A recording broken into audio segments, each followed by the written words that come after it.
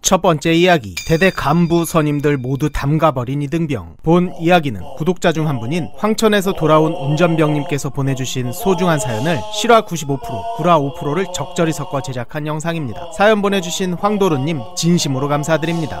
소중한 구독자분의 사연이니만큼 무례한 댓글은 지양해 주시길 부탁드립니다. 내 이름은 하성우. 2010 땡령군번으로 모군단 소속 공병여단에서 운전병으로 복무했다. 2010년 초반까지는 아직 구타가 사라지지 않았던 시기라 나와 동기들은 진짜 먼지나게 맞으면서 군생활을 했다. 운전병이다 보니 주로 공구로 맞았는데 안전모를 씌운 다음 파이프렌치나 스패너 같은 것으로 몸통을 무자비하게 그냥 막 두들겨댔다. 아무래도 쇠로 만든 공구다 보니 몸 안쪽이 쓸려 찢어진 상처가 크고 작게 생기곤 했다. 위험한 거 다뤄서 그래. 좀 맞아야 긴장해서 사고 안 나지. 운전병들은 다 맞으면서 한다. 같은 가스라이팅. 밑에 후임들이 잘못하면 후임들이 보는 앞에서 구타를 했고 중대 간부들은 이 사실을 알고도 묵인했다. 심지어 중대장의 경우 수원술이 적은 사람을 대놓고 호명하며 지랄하기까지. 적당한 구타와 가혹행위가 사고 확률을 줄여준다고 생각했던 걸까? 그렇게 버텨가던 일병 말 무렵 기다리던 마투임이 들어온다. 김승현. 부모님이 공무원이라고 했는데 성격도 쾌활하고 빠릿빠릿해서 참 마음에 들었다. 그러던 중 사건이 터진다. 그날도 어김없이 고참들에게 무자비하게 두드림을 당했는데 이런 모습을 처음 본 김승현은 큰 충격을 받은 듯했다. 일과 후 하얗게 질린 얼굴로 내게와 조용히 말을 거는 김승현. 저 조만간 큰일 날 겁니다. 큰일? 무슨 큰일? 그때는 몰랐다. 오늘 저녁에 올 거대한 폭풍을. 그날 밤 의무대에서 상처의 발을 연고와 밴드를 받고 점호 청소하러 가는데 1층 복도에서 엄청난 고성이 들렸다. 그쪽으로 가보니 당직 간부들이 전부 엎드려 뻗쳐하고 있는 게 아닌가. 몇 분 뒤 대대장님도 사복 차림으로 허겁지겁 달려와 호랑이 앞에 하룻강아지처럼 땀을 뻘뻘 흘리며 이야기했지만 고성은 더 커질 뿐이었다. 자초지종은 이랬다. 선임들의 두드림을 목격한 김승현은 아버지께 전화, 미친 부대에 배치받았다면서 하소연을 한다. 짐작들 했겠지만 공무원이라고 했던 김승현의 아버지는 육군 본부에서 근무하는 대령. 옆에 있던 김승현 동기의 말에 의하면 수화기 너머로 김승현 아버지가 소리 지르는 게 다 들릴 정도였다고. 아버지의 극대노를 들은 김승현은 큰일이 날 것을 직감. 나를 비롯해 몇몇 사람에게 미리 언지를 해놓은 것. 김승현의 아버지는 기무부대에 그 즉시 연락. 기무부대 중령이 그날 저녁 직접 출동했던 것이다. 친한 동기놈이 위병소 근무라 얘기해줬는데 검은색 승용차 한 대가 위병소로 들어왔고 추리닝 입고 있는 간부 3명이 공무원증과 공문을 들고 왔다고. 대대장부터 작전과장, 중대장, 행보관, 그의 간부들이 기무부대 중령 앞에서 나란히 엎드려 뻗쳐있는 기괴한 상황. 기무부대 중령님은 나와 내 동기들을 다 불러 구타 흔적 확인 후 애들 이렇게 쥐업한 놈들 다 나올 때까지 부대에 머무르겠다고 선언. 다음 주 혹한기 훈련이 예정되어 있었지만 훈련은 취소되고 8주 내내 진술서를 작성했다. 그간의 구타 및 가혹행위, 온갖 폐악질들, 그리고 간부들의 용인 등등을 헌병대 간부들에게 차근차근 진술했다. 그 결과 상병 5명, 병장 4명이 헌병대로 인계, 1, 2등병들의 추가 진술로 3명이 추가로 인계됐다. 그중 10명은 만창, 그리고 2명은 특수폭행으로 국군교도소로 가게 되고 간부들 전원 보직해임 및 불명예 전역 처분된다고 했다. 그렇게 거대한 폭풍이 지나가고 김승현은 자기 때문에 그렇게 많은 사람이 날아갈 줄 몰랐다면서 너무 심한 것 같아서 마음이 안 좋다고 했다. 정말 착한 녀석이다. 선임들과 후임들도 하나같이 마음 쓰지 말라며 김승현을 감싸주었다. 문득 나는 궁금해서 네가 맞은 것도 아닌데 왜 아버지께 다 얘기했는지 물어봤다. 그때 김승현이 내게 한 말은 아직도 잊히지 않는다. 제가 그렇게 안 했으면 하성우 일병님이 죽을 것 같아서 그랬습니다. 나는 아무 말 없이 김승현 이병을 안아주었다. 졸지에 투고가 돼버린 나는 그동안 있었던 부조리들을 전부 다 없앴고 저녁 때까지 그 어떠한 구타와 가혹행위도 허용하지 않았다. 저녁 후에도 김승현과는 계속 인연을 이어나가고 있고 얼마 전에도 만나 당시를 서로 회상하며 그 친구에게 허락을 구해 사연을 정리해서 보내본다. 폭력이라는 가스라이팅에 길들여졌던 그 시간들, 사달이 일어난다면 대형 사달이 일어날 것 같은 시한폭탄과도 같은 환경. 김승현 이병이 나를, 우리를 살렸다.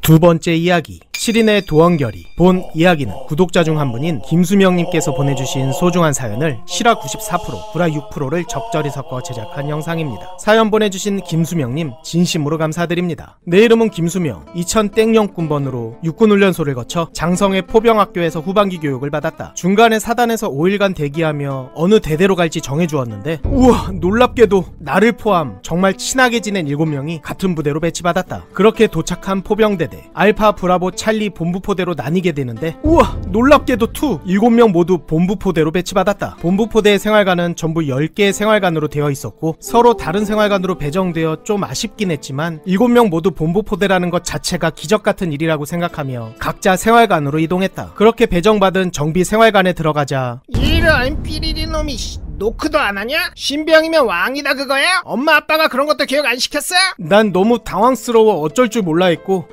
야 병식아, 신병인데 좀 봐줘라 야. 정병식 상병 10여 년이나 지났지만 그때 정병식의 저 말이 한자도 빠짐없이 똑똑히 기억난다. 생활관 배정받은 첫날, 조식 먹고 샤워하고 짐 정리하고 금세 저녁이 되어 점호 시간, 보고자를 제외 나머지는 앉아 번호로 현 인원을 조사하는데 나는 세 번째였다. 하나, 둘, 셋! 순간 선임들의 눈에서 레이저 발사, 나를 죽일 듯 노려보았고 5초 동안 숨소리조차 들리지 않았다. 당직사관은 신병인이 뭐라 하지 말라고 하면서 점호를 마쳤고 문을 닫으며 나가는 순간 모포가 내게 날아왔고 선임들의 욕설과 발길질이 시작됐다. 나는 혹여나 이게 신병을 위한 깜짝 파티 같은 건가? 라는 생각을 하며 숨죽이며 맞고 있었는데 발길질의 강도가 너무 셌다. 발길질과 함께 엄청난 폭언이 내게 쏟아졌는데 내가 22년 살면서 어떻게 사람에게 그런 욕을 할 수 있을까 싶을 정도의 엄청난 수위의 욕설들. 그렇게 밟히고 넋이 반쯤 나간 상태에서 맞선임을 따라 흡연장으로 나갔는데 흡연장 뒤쪽에서 함께 온 동기 3명이 선임들에게 두들겨 맞고 있었다. 아니, 아무리 잘못했다고 해도 전입해온 지 하루밖에 안 된 신병을 이렇게 때린다고? 그때 옆에 맞선임이 내게 나직하게 속삭였다. 넌 절대 맞을 짓 하지 말고 이 할 일만 잘해, 알았지? 정말 무서웠다. 그날 나는 뜬 눈으로 밤을 지새웠다. 다음날 그날 맞았던 동기들에게 물어봤다. 어제 저녁에 왜 그런 거야? 그러자 숨죽이며 흐느끼는 희진이와 명국이 선임들과 흡연장 갈 때 마시라고 준 음료수 마시면서 걸었다고 맞은 희진이, 그리고 담배 꺼낼 때 주머니에 손 넣어서 꺼냈다고 맞은 명국이 고작 그런 이유로 때렸다고? 나는 도저히 이해할 수 없었다. 그렇게 매일 폭언과 구타가 반복되었고 인간은 적응하는 동물이라고 했던가 2달 정도 지나자 폭력에 길들어갔다. 우리가 일병 3호봉 무렵 정확히 오후 11시로 기억하는데 오대기 출동이라는 방송이 스피커에서 울려 퍼졌다. 함께 온 동기 7명 중 한 명인 윤민철이 탈영을 한 것. 그 순간 나는 이런 생각만 했다. 제발 살아만 있어라. 그렇게 부대원은 대대 모든 곳을 수색했고 군수과에서 울고 있는 민철이를 찾아내게 된다. 민철이는 키가 164cm 정도로 작았는데 여자친구는 172cm. 첫날 내게 쌍욕했던 정병식은 민철이를 볼 때마다 야, 네 키가 그렇게 만한데 여친이랑 꽤 가능해? 뒤로는 더 힘들겠는데? 이런 구역질 나는 말들로 수시로 괴롭히고 때리고 못살게 굴었었다. 더 이상 견딜 수 없었던 민철이는 10시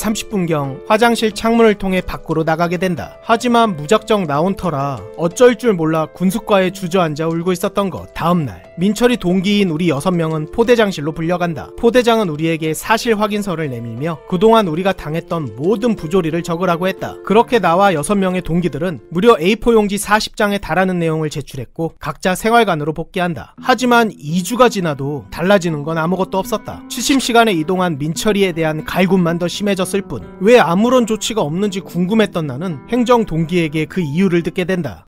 처음 본 내게 쌍욕을 하고 민철이를 탈영 시도하게 한 정병식, 이 녀석의 아버지가 3스타라는 것. 정병식은 이등병 때부터 대놓고 자기 아버지가 3스타라고 계속 이야기하고 다녔다고 한다. 한 달에 한 번 꼭 부모님께 면회오라고 했으며 그때마다 잘 쉬고 있던 병사들과 간부들이 주말마다 부대 청소에 동원됐다. 심지어 사단장님까지 소환되셨다고. 3스타의 백 덕분에 선임들은 뭐 말할 것도 없고 간부들 모두 아버지께 말 좀 잘해달라고 연신 굽신거렸다. 인사계 동기에게 물어보니 갈아친 휴가만 200일이 넘는다고. 그런 정병식의 동기들과 후임들은 이런 정병식을 빽삼아 구타나 가혹행위를 일삼았고 정병식 덕분에 그 어떤 처벌도 없었기에 지금의 부조리 투성이의 부대 환경이 조성된 것이다. 우리 7명은 주말이면 빈 정비실에 모여 회식을 하며 작은 행복을 누렸는데 PX에서 민철이가 아무것도 사지 않았다. 민철아, 왜 아무것도 안 사? 안 먹어? 그 순간 민철이의 말은 충격적이었다. 구타 가혹행위도 모자라 선임들에게 월급까지 다 뺏겼다고. 우리 동기들은 각자 돈을 모아 민철이의 먹을 것과 담배 등을 사주었다. 그렇게 아무도 없는 정비실에서 회식하는데 민철이가 훌쩍거리며 말했다. 우리 나중에 짬 먹으면 그놈들처럼 행동하지 말자. 그 한마디를 듣는 순간 우리는 모두 울먹였고 꼭 그러자면서 의기투합했다. 아무리 군대가 시간과 정신의 방이라고 해도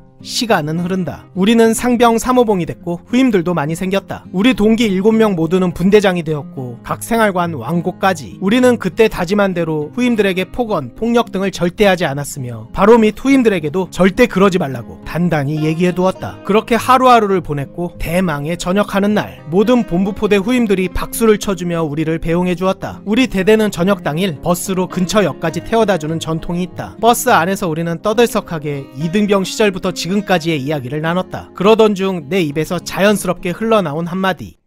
결국 우리가 해냈다. 그 순간 몇 분간 침묵이 흐르며 모두 창문 밖 저 멀리 풍경을 응시했다. 그렇게 각자 무사히 귀가했고 지금도 가끔 서로 연락을 주고받는다.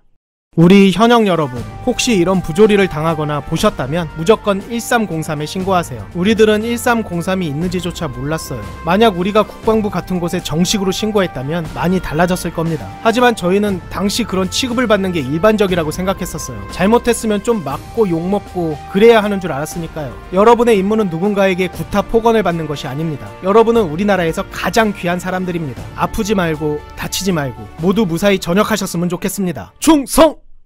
충성! 재밌게 보셨습니까? 매번 5인용 데빌의 영상을 시청해주시고 응원해주시는 고마운 구독자분들께 한 가지 추천드리고 싶은 작품이 있습니다. 5인용 데빌 장석조 감독의 신작 축복소녀가 바로 그것인데요. 자극적인 것만이 살아남는 유튜브 생태계에 어울리지 않는 순수 낭만 애니메이션으로 우리 구독자분들 중 아직 안 보신 분이 계시다면 시간 날 때 꼭 시청해보세요. 장석조 감독이 최선을 다해 제작한 애니메이션입니다. 참고로 제가 여주인공을 담당했고요. 좀 부끄럽지만 저 역시 최선을 다해 녹음했습니다. 여기 위에 재생 목록 클릭하시면 보실 수 있습니다. 귀한 시간 내주셔서 감사합니다. 충성!